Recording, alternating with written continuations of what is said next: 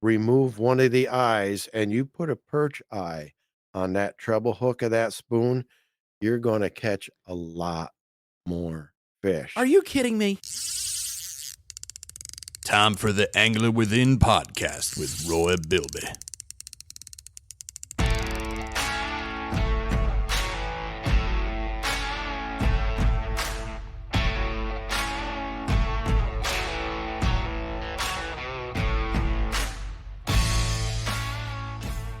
Alrighty, here we are, just before Christmas.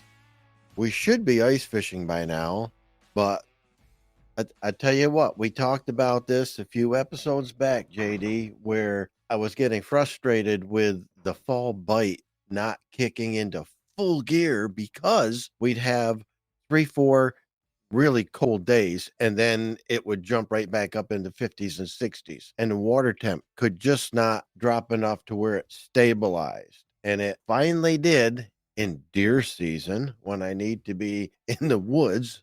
And like I said, I got a deer opening day, so that gave me a little bit of freedom and I worked and got my count where I wanted it. I broke the 37,000 milestone, and then I concentrated, went back in the woods, shot a 5-pointer, got 2 deer in the freezer. That was all well and good. But now we're seeing the same thing. We've had a snowstorm. We had 12 inches of snow on Thanksgiving, followed by warm temps, an inch and a half of rain. All our snow was gone, all that snow melt and runoff. The creeks and rivers were blown out of their banks. It was crazy. So we started looking at lakes again. We went out 2 days ago to Canandaigua Lake. We fished. We were on the water at 7:45. The air temp was 36 degrees. So you were in the boat. You weren't on the. You weren't. Oh ice no, fishing. we were in a boat. My tournament partner had his boat service this fall, and just before bow season, he's a bow hunter, so he has not had it out, and he's dying to run it. And he said, "Hey, it's going to be above freezing. It's supposed to warm up that day. It didn't. It was 36 degrees when we put the boat in the water, and it ran great. 7:45, we were on the water. We were off the water at 1 o'clock. When it's that cold outside, can the impeller freeze in the engine? If the temperature continues to drop on the way home, you better not have a long drive. I showed him one of my tricks. When you pull out, right? It was what was the air temp when we pulled out? I can't recall what the air temp was when we pulled. It was above freezing. It was still above freezing, and it was supposed to have warmed up, but I think that the air temp stayed the same. It was like 36, 37 when we pulled out at 1 o'clock, but there was a storm front approaching, and we didn't want to get soaked. It was 40 minutes to our north, moving northeast. It was already raining in Utica at 1 o'clock, and we said, time to hit the road. One of my tricks is when you run an outboard this time of year, when you pull out, I only go out if it's going to be above freezing. And when I pull out, the first thing I do is I trim that outboard all the way down so all the drainable water can come out of it while I'm doing transom straps, checking lights, doing everything I do to get ready to run the rig back down the road, stowing gear, strapping rods down, all that stuff. The last thing I do before I pull out of that parking lot, as long as it's stopped dripping, is trim that motor up, put it on the transom saver, and book. That way, there's all the water has drained out, and he keeps his inside in a building anyway, so it would be warmer in there. And if anything did start to, you know, freeze on the way back because of the wind while you're driving, there's very little there that can do. There's plenty of room for it to expand, and it thaws out once it's in this building. So there wasn't a risk of damaging anything. But that's one you got to drain that engine before you trim it, stow it to drive home. That's all. It's pretty simple, and it went home dry. So, but it took us an hour and a half to find the fish, start getting bit. But once we did, we were targeting perch. We caught 56 fish in just under 4 hours. It was pretty incredible. And they bit hard, they bit aggressive. We caught a bunch of good ones, and that was 2 days ago. Yesterday, just because I saw what the temperature is going to do now, it was 21 degrees when I got up at 5 this morning. 4:30 actually. I got up at 4:30. I checked the temperature at 5. It was 21 degrees. We're going to have single digits the next couple days, wind chills below 0. We're going to ice back up, which brings us to today's topic, which is ice fishing. We've never talked about that before, so this will be our first ice fishing installment. I don't know how many listeners we have out there who do ice fish. We have any in the southern portion of the country. They probably think we're crazy, and yeah, we may be a little bit. I can admit to that. I'd So- love to ice fish. So do you count your bass through the ice towards your bass count as well? Absolutely. Total bass caught in a year. When Oh. I'm ice fishing, I don't target bass at all. They happen to be bycatch. I target perch, bluegill, walleye. I target fish I want to harvest in the winter. But again, I selectively harvest. We'll go out and we'll catch 50, 60 perch, and we'll bring back 15, you know. We always put a lot back. We did that the other day. We didn't keep 56 fish. Good grief, I don't want to clean that many. I have a dinner coming up. It's called a table lodge, and one of the courses we want to serve is fish tacos. We're expecting around 50 people, one per person. So I talked to our main cook. He said if you can get, 2 dozen, that'll be 48 fillets. You need one per taco. And we have like 9 courses. So we give people one per serving. Where is this? What's that? Where is this taking place? This is taking place at our Masonic Lodge, right? At the in Masonic Colesville. Lodge. Okay. We can only take about 50 people because of our space. And that's the max, is about 50 people. So I kept 26 perch. That's 52 fillets. And I had another thing going on that evening. I did 52 fillets in 55 minutes without cutting myself. That's pretty fast. Pretty fast. And I never cut myself. I was flying. What is the price of admission into this event? We're still discussing that. It's gone up over the years. Right now it's like we're thinking about $50 to cover expenses, but it's called the Table Lodge of Moose and Squirrel. It's entirely wild game, nothing domestic. I tell you what, we have had everything from we've always had venison, but we've had bear, we've had moose, we've had elk, caribou, alligator.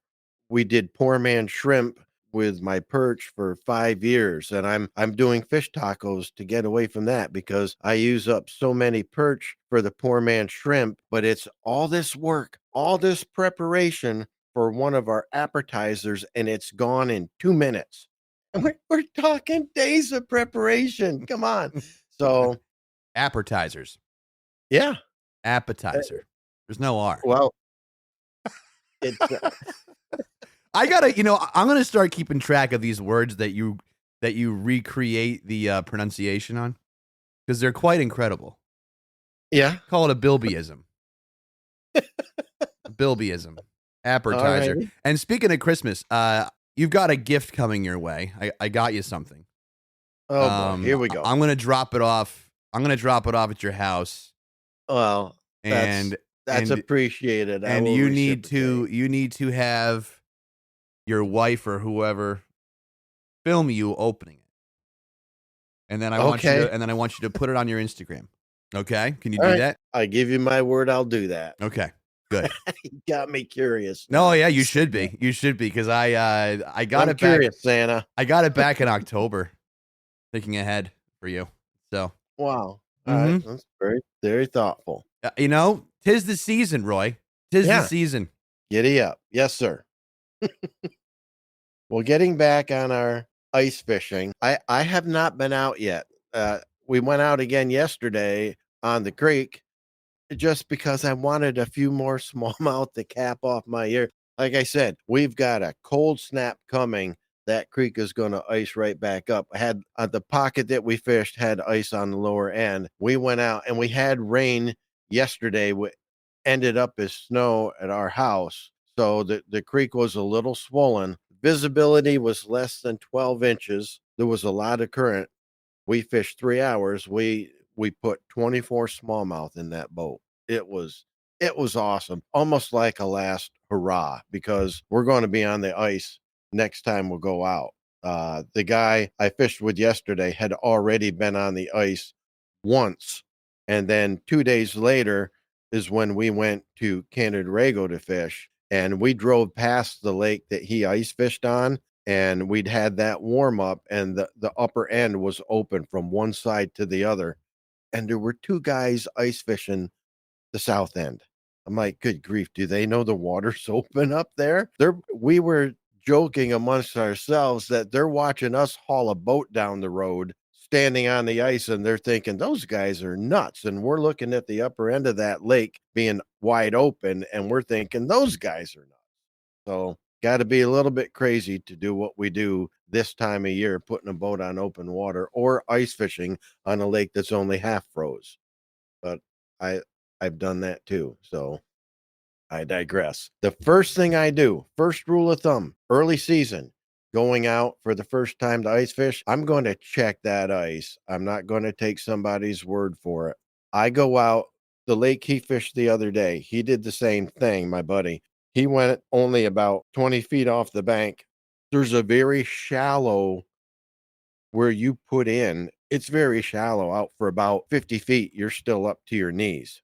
So that's a great place to check the ice. I don't check it right on the bank because I don't want to put those auger blades into the bottom mud and muck. Those blades have to be razor sharp because they actually shave the ice to cut your hole. So I'm always protective of those blades. I'm going to go, if I break through, because it's not thick enough, I'm only going in up to my knees and I can be back in my truck in a minute. So that's where I check the thickness of the ice. To support people, the general rule of thumb is 3 inches or more. I have fished on less. I do not do that anymore. I don't. If it's not 3 inches, you know what? I can wait. And so I'm going to check it there. I'm also going to walk out a ways, make sure it's the same thickness farther out. As long as it's thick enough, I'm going to go ice fishing. That's early season. Once I've been out on several lakes, and we're well into the season. I mean, you're fishing on 10, 12, 15, 18, 26 inches of ice. You don't have to check it at that point.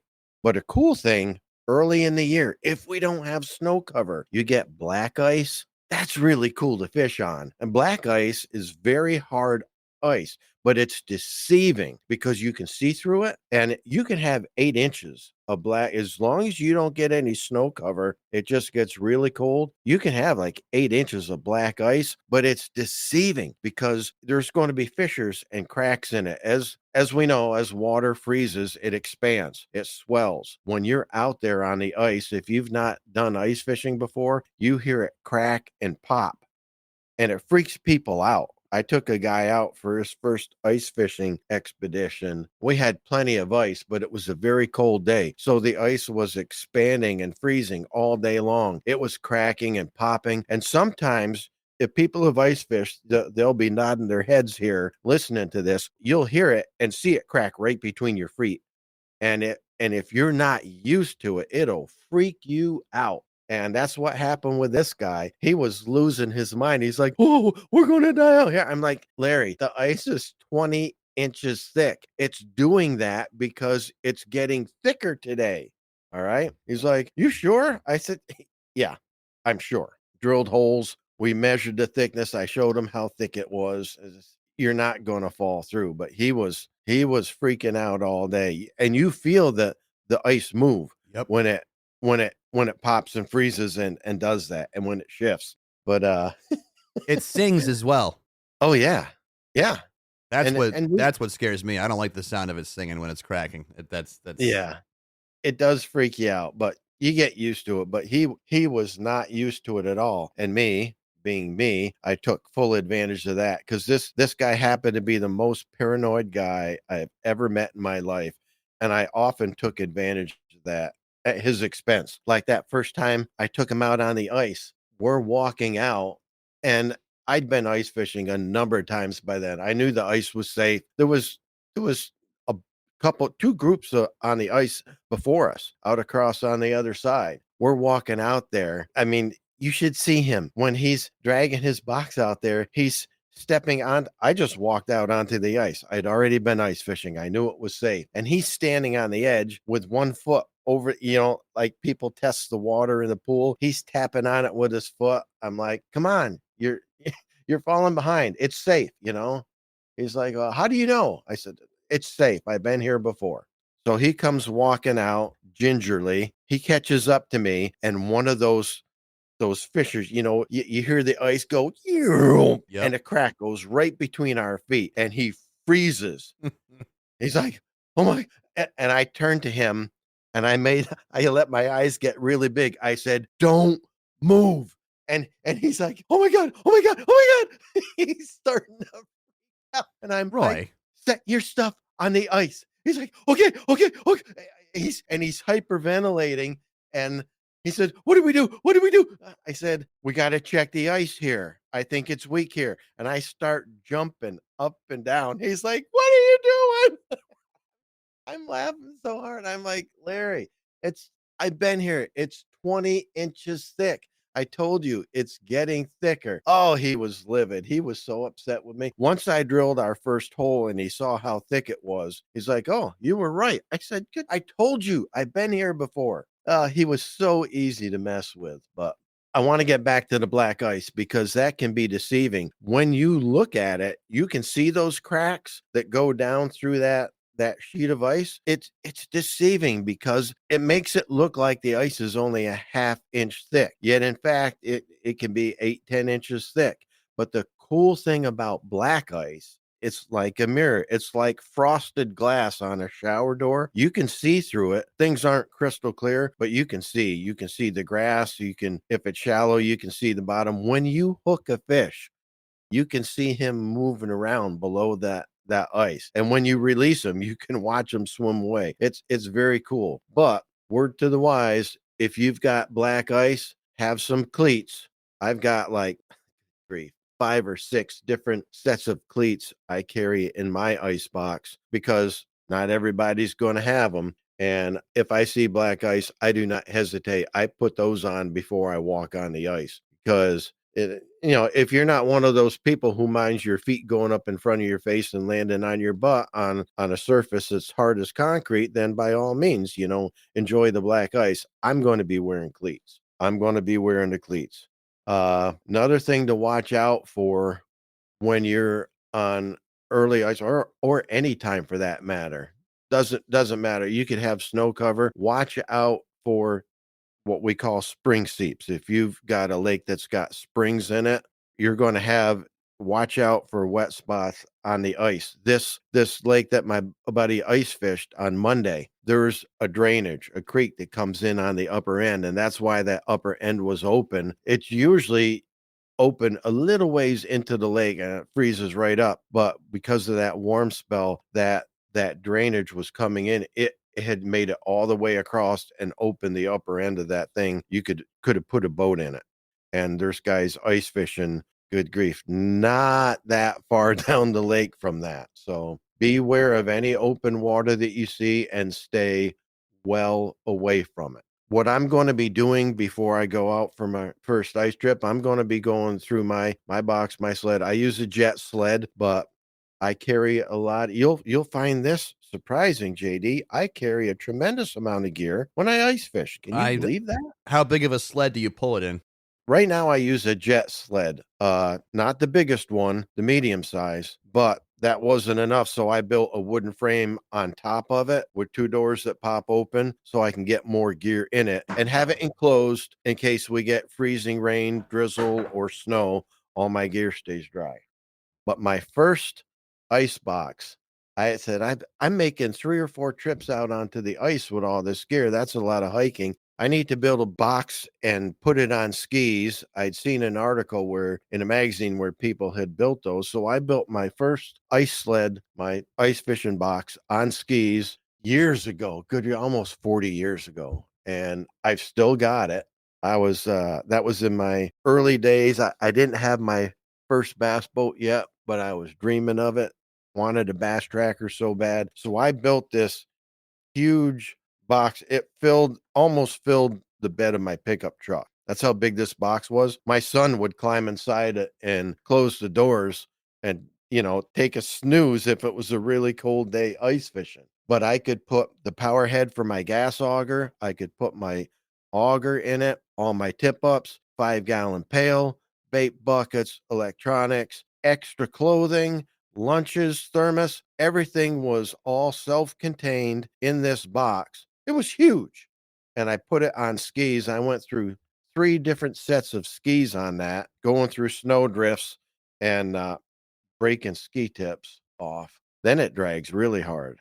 I made a rope handle, but so that if I was going down a bank to the lake, so the box wouldn't overrun me, I made a U-shaped PVC handle and ran the rope through it so that the pull handle was rigid for going down a hill. And it made it so the box wouldn't, I could hold it back with a handle. So it was really handy, but it weighed a ton. And over the years, you evolve. So what I have now is a jet sled, what I put a wooden frame on. I carry all my gear in that, but my rod box that holds my jigging rods, I take about a dozen jigging rods. I have 8 in my rod box, and I have another 4 or 5 inside my sled. The one I use for my rods is one my son found and picked up for me. It's an Eagle Claw box. It's very nice, all foam lined. Your rods don't move around. It'll hold a couple boxes of jigs in there. And I strap that on top with a ratchet strap so it doesn't slide off. Carry everything out onto the ice, and I'm all set up. I do have a portable shanty, but I'm not a guy that uses one. I have a brand new one. It's very nice. I've set it up, I think, twice ever. I move around so much. I don't want to be tearing down and setting it up, tearing down. We move around and try to stay on the fish. So I'm considering one of those pullover clam style. It's a sled with a shanty built in. You have 1 or 2 seats. I can't even find a 1-seater anymore. I think they're all 2-seaters now, but it's nice. You just pull up. That's perfect for a guy like me who's constantly on the move, trying to keep up with the fish or relocate fish once they've moved off, because you can just pull it wherever you want to pull it over, drill your hole, set up, and you're inside. But generally, we're out in the open air. We're open air fishermen.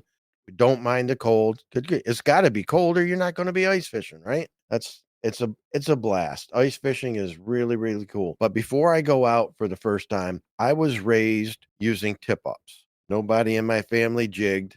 I was the first one to start it because I'd read articles on it, how effective it was. I made myself a jigging rod out of an old broken fiberglass rod, used a broomstick for a handle, drilled it out, slid the reel seat on. I made my own jigging rod. And man, when I started catching fish on that, it just opened up a whole new world for me. So now I still use tip ups. Some days I'll only jig, but most days I set up tip ups and I jig because it keeps all the options open. And there have been days when I've been using both, when I only caught them on tip ups, and also days when I only caught them jigging. And if I hadn't been doing both, there's a chance I would have gone without fish that day. And that's kind of against my rules. I need to catch fish. I don't like getting skunked. The first thing I'll do before I go out for the first time of the year would be I'll check my tip ups, make sure the line is good. The setup I use now is very efficient. I set them up so they trip lightly. I strip my flags. What I mean by that is I have large flags on the tip ups, and on a windy day, they'll catch a lot of wind and sometimes they'll cause it to trip. So I take scissors and I just cut them in strips so that they don't catch all that wind, and it prevents you from getting what we call a wind flag or a false trip where your flag goes up and you run out there and the spool hasn't even turned. I put markers on mine so I know if the spool has tripped. I use little teeny tiny floats as line markers. So once I sound the hole and figure out where the bottom is and raise my spool enough so that my bait is positioned roughly 12 inches off the bottom, that's where I set them. I mark it with that little tiny float on top of the spool clipped to my line. So whenever a fish has run, once I catch that fish, I can go right back to the exact same depth setting without measuring anything. and I use a very, very thin steel leader because most places I ice fish, you've got pike, pickerel, and they're going to bite through snells. So I use a braided steel leader with a small snap, and I use a small treble hook. We always used to use a single hook on our tip ups. That's the way I was brought up. But I ran into a guy who ice fishes a lot, and he was using treble hooks. And I asked him about that. He said that I get better hookups. And well, I do too. So that's what I use now. But after every ice fishing expedition, I don't leave those on my tip ups. I take them off and I make sure they're dried out before I pack them up. I'll be going through my tip ups, making sure everything is good and ready to go. I'll be checking my jigging rods. I have 4 jigging rods I use 6-pound braid on for those warm, sunny days when you're out ice fishing and it's 40 degrees and you're not going to have to worry about your line icing up or your guides icing up. I have Berkeley Trilene ice line on my other jigging rods for those days when it's really cold. The braid holds the water and will ice up a lot quicker, whereas the ice line, you'll still get ice in your guides, but not to the degree that you do with the braid. So depending on the air temperatures when I'm ice fishing, that determines which jigging rods I'm going to use based on the line that I have them set up with. One of the greatest advancements in the last number of years that we've had for ice fishing is the advent of the tungsten jigs.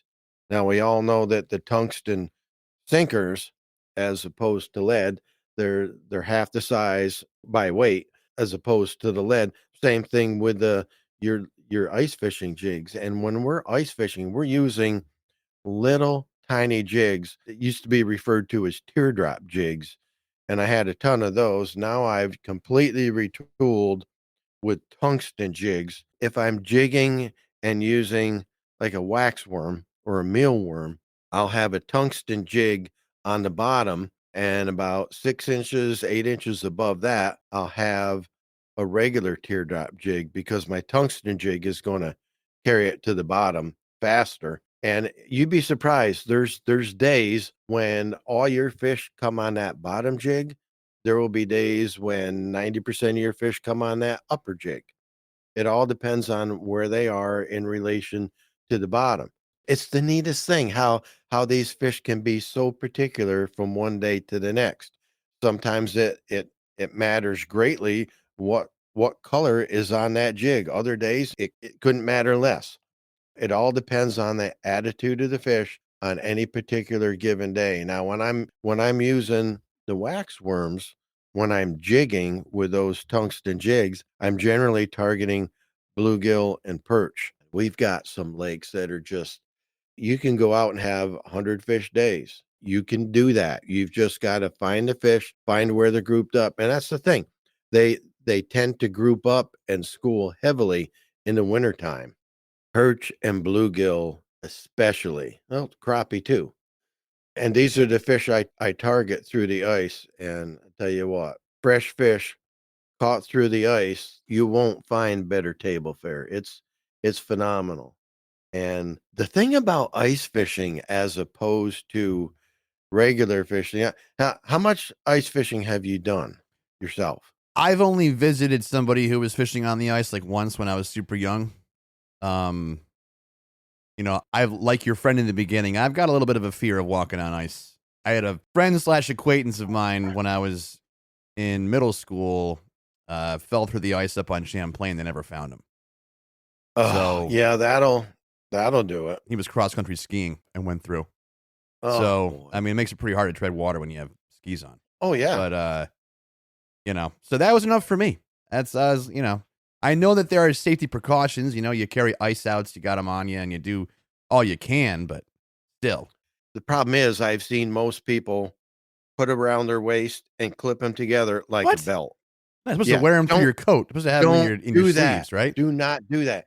If you go through the ice, number one, you gotta keep your head above water. That's hard to do when you're reaching down trying to take something off you that's a belt, and then it's in the wrong position. You gotta spin it around behind your back and get in front of you. I wear it around my neck. I don't care what it looks like. If I ever go through the ice, it's gonna be right up there around my neck where I can just unclip it, and they're already in my hands in the position to reach up and stab that ice and drag myself out. You can't do it without those. If you've just gone through the ice you're trying to climb out on is now covered with water and slick like oil on glass. You need those spikes to stab in there and get a grip to drag yourself out. But when you go through, that water is so cold. And I mean, you're ice fishing, so you're going to have a heavy insulated suit on. When that absorbs water, it's going to get heavy and try to pull you down. You've only got about a minute to try to get yourself out. Uh, and I don't ice fish alone. I always go with a partner. We're there for each other if something ever happens.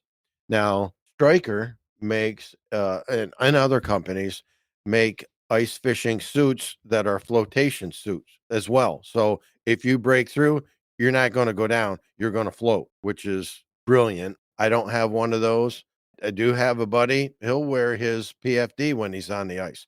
Also smart. And if you've got one of the inflatables, they're not bulky, they're comfortable, you don't even know it's there. There's all kind of precautions you can take. When my son and I take you out on that pike trip, we will definitely be out there checking the ice first and making sure it's all good to go. We'll measure the thickness and we'll get you out there safe and sound.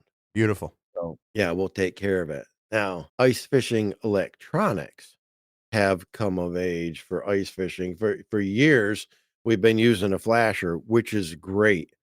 I have an old Humminbird Ice 35.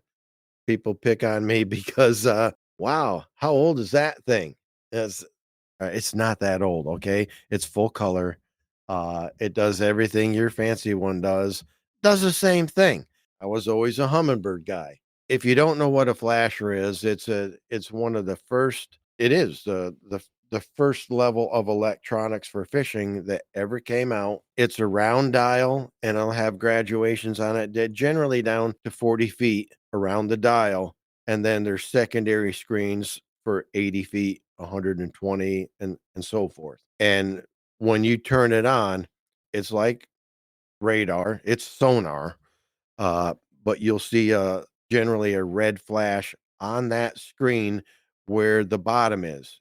That's your transducer sending down the signal, and it measures depth by the amount of time it takes for that echo to come back from that signal hitting the bottom and coming back to the transducer. That's how it determines the depth, which you'll see on the screen. I mean, if that red flash is right around 12 foot to the bottom. The thing about the flashers is, though, and very similar to the forward facing sonar, unlike the LCR screens, the liquid crystal readouts that we have on the traditional fishing depth finders, it doesn't show you what you've gone over or what's passed under. It shows you what's there right now. With the flasher, with it running, your transducer in the hole, it's showing you where that bottom is. And if that band where the bottom is thick and alternating, there's fish there right on the bottom. When you put your jig or your spoon or whatever you're using down that hole, you'll see another line go down on that dial. That's your bait dropping to the bottom. So you can see where that bait is and drop it before it ever gets to the bottom and either gets hung in grass or hung on a stick up or something. Like you can just stop it and suspend it over bottom without having to touch the bottom.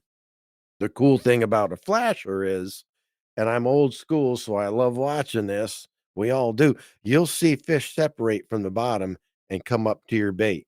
So you've got a little red flashing where your bait is, and then you've got these lines coming off the bottom up to that. When those two lines touch, your rod tip bounces.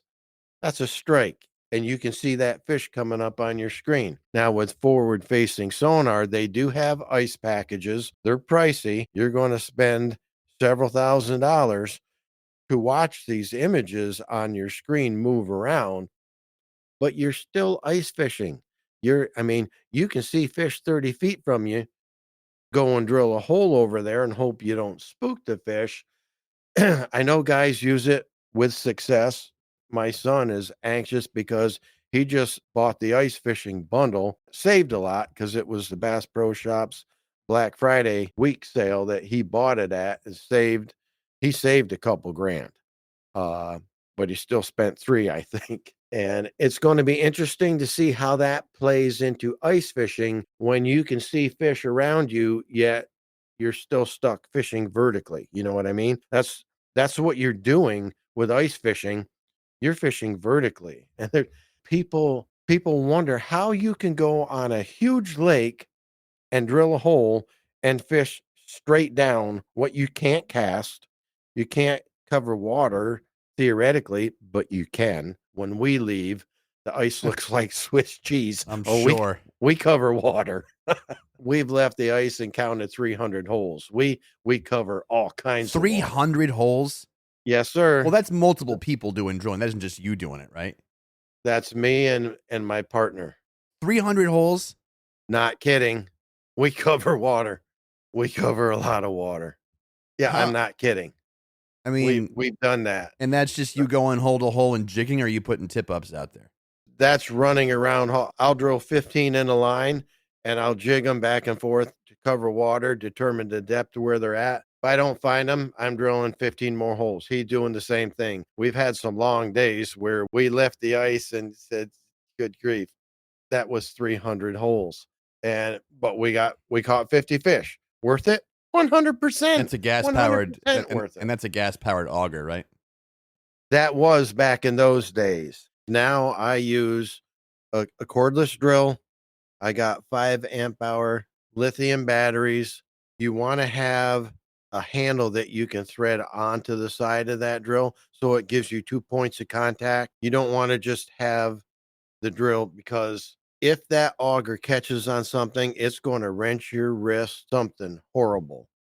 And when you use it, most of your cordless drills will have a high-low feature on them. Just use the low feature, use the slower speed. It'll go plenty fast enough, but it will give you more torque and cut better. Just let the auger shave its way down through. They are so efficient now. There's a couple really good ones out there. The one I use is called a pistol bit. It's made by Eskimo.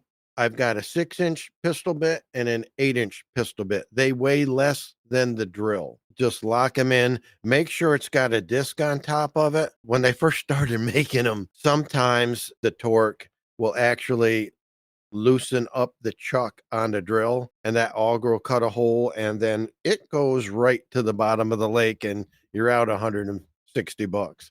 So, the thing I like about the pistol bit is they have right on top of the auger, but below the shaft that goes into the chuck of your drill, they have a disc on top that's like a 1/4 inch larger in diameter than the hole that you're cutting.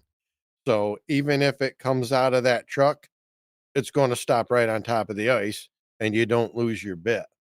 The 8-inch, of course, will drain your battery quicker, but I carry 4 batteries with me, 2 5 amp hour batteries, and additionally the 2 smaller batteries that came with the drill when I bought it. If I use that 5 amp hour battery and we're getting on fish quick, I never even drain 1 battery during the day. If I'm drilling 300 holes, I'm going through my batteries, but I'm finding fish. If you're still using a gas powered auger and lugging all that weight out onto the ice, check out the new ice augers, battery powered. They are slick. They're a lot lighter, easier to carry, and incredibly efficient. We used to use a hand auger back in the day when I was a kid starting out fishing. That's all we had. I graduated to the gas auger when I was an adult, and I mean, I've been using a cordless for the last 5 seasons. Check them out. If you're not using one, do yourself a favor, find one. It's worth the investment. Absolutely 100%. Now, when I'm jigging, I talked about the tungsten ice jigs and we use those a lot, but there's also lures that you can use that are incredibly efficient. And I use the in fisherman approach where I start out aggressive. And if the fish are aggressive, then you're all set. If I'm not getting bit on an aggressive lure, and by that I mean one like the jigging Rapala, the nice thing about the jigging Rapala is, uh, I mean, it looks like a minnow, which is, and fish are eating those all winter long. They eat them year round. This is a very good replica of a minnow, but it glides, and when you lift it and let it free fall, it glides in a wide arc around that hole. So if you got a 6 or 8-inch hole, you're not just fishing vertically that 8-inch column. That jigging Rapala is swinging out wide in an arc. You're actually covering more water with it, but it's a bait that moves pretty fast. So it's designed to trigger active, aggressive fish.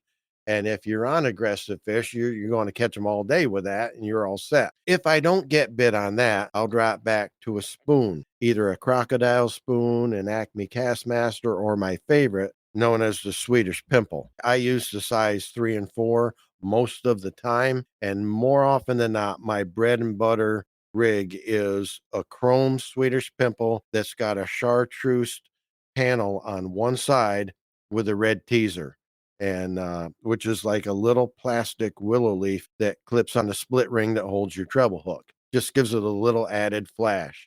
And they come in white, orange, yellow, chartreuse, red, every color. More often than not, I'm using a red teaser with a chartreuse panel on one side of that spoon. But they come in a hammered finish. We've got one lake in particular where the fish prefer suckers that have a brown coloration with a white body. So in that lake, more often than not, I'm jigging with a hammered Swedish Pimple in a gold color with a white teaser. And that catches more fish for me in that lake than any other combo. And I believe because it resembles the suckers that the small suckers that those fish in that lake prefer, as opposed to the shiners or fatheads. They really prefer those suckers. And the suckers are a lot more durable on a hook throughout the day. Most people, when they're using a minnow on a tip up, there's two ways to rig them. You either hook them through the dorsal fin just behind it in that meaty portion so they can swim freely, or you nose hook them. I nose hook them because most predator fish grab them and try to swallow them head first. This is out of instinct because they eat a lot of young of the year perch, bluegill, and fish like that are known as spiny rayed fish, whereas their dorsal fin will have a one with 5 or 6 spines in it, followed by a soft one. And if you swallow a spiny rayed fish tail first, those spines are going to get caught in your throat. So instinctively, and pickerel, pike, they're notorious for this. They'll grab that bait from the side, they'll ambush it and make their initial run, then they'll pause and they'll turn it and swallow it head first, and then they'll take off on a second run. By nose hooking those fish, when they take it head first, you've always got the hook in them. Ice fishing is the only time of year that I actually use live bait. If I'm fishing open water, I'm always using artificials. That's just me. I don't care if anybody else does it. That's just my own personal deal. But when I'm ice fishing, if you're not losing live bait on a tip up, it's not going to do anything. Wax worms, mealworms, highly productive for the panfish that we're targeting in the winter. And I catch plenty on the spoons as well if they're aggressive. If they're not, that's when you want to drop back to those wax worms and those little tungsten jigs, and you want to finesse those fish. But some days, man, you can put 100 fish on the ice just jigging, and it's fish after fish after fish. Doesn't get boring, never gets old. It's always a blast, and it's well worth the effort. But wintertime through the ice is the only time you'll ever see me use live bait. I was raised doing it, and it's highly productive when you really gotta finesse those fish. But a little trick for if you're using a spoon, like I prefer that Swedish pimple. What we used to do, and we've kind of gotten away from it, but if we're targeting perch and want to keep a bunch of perch, the first one we catch, if he's a keeper, we'll pop him. We always pop him on the head to kill him. Remove one of the eyes, and you put a perch eye on that treble hook of that spoon, you're going to catch a lot more fish. Are you kidding me? I am not kidding you. You sit there and you dig it's that. Unbelievable the difference it makes. You dig the fish eye out of the fish. You put it on a treble hook. Why not? Right. Why not put on 3? Why not put on 3 eyeballs? Got 3 hooks too there. Much hanging off the back. Because one is all it takes. You get a couple of hits on that, it starts to get a little bit raggedy, and it's just attracted to the fish. I don't know if it smells like bait. I don't know. You're basically chumming the water with an eyeball. That's chum. What's that? You're chumming. Yeah. I would have to agree with that. We've had days, the way we got onto that, we'd heard about it. And we've had days where just using a spoon, you've only caught 1 or 2 jigging in the first couple hours. And they're like, man, they should be biting better than this. They're like, hey, all right, let's pop one and we'll put on the perch eyes. And all of a sudden you're into them left and right. Okay. Not kidding. If they're perching in your lake up there where you were? Yes. They're perched there? There are. All right. Then we catch perch. We'll do that. You won't believe how it works. It's as crazy as it sounds, it does work. And if there's guys out there listening that have done it, they're nodding their head right now going, they ain't no lie. It's wild. It works. When we get you out on the ice, we will introduce you to that. But don't discount lures in the wintertime. They do work. It's a blast. I mean, it's fishing. Why do I ice fish? Everybody knows how much I love standing in a boat and casting. But if I didn't ice fish, I'd be waiting till April. I can't do that. No. Good grief. If I go 2 days without fishing, my hands start shaking uncontrollably. Give me a break. I got to fish. So that's it. That's how I get through the winter. Small game hunting and ice fishing. And I look forward to it every year. More so this year because last year was tough. It was so mild. Last winter, I was on the ice twice and I fished from a boat 11 times. That was our winter. So as much as I enjoyed the boat the last 2 days, we felt like we were getting away with something. It's the end of December and we're in a boat. And the standing joke is, where is everybody? There's nobody on the lake. We got it all there. Where is everybody? No, you're the crazy one. Because we're out there wearing ice fishing suits in a boat because we can. And that's the only reason. Lovely. Well, I'm waiting to get out on the ice. Can't wait to do it. It's going to be a good ice fishing year. I'm sure it will. Check out Roy Bilby on Instagram at all lowercase Roy Bilby and slide into his DMs. He'll be happy to chat about some Swedish pimples. Yes, sir. Take this information. If you haven't tried ice fishing before, do it this year. You'll find it very interesting. It keeps you fishing. Get out on the ice and tap into your angler within.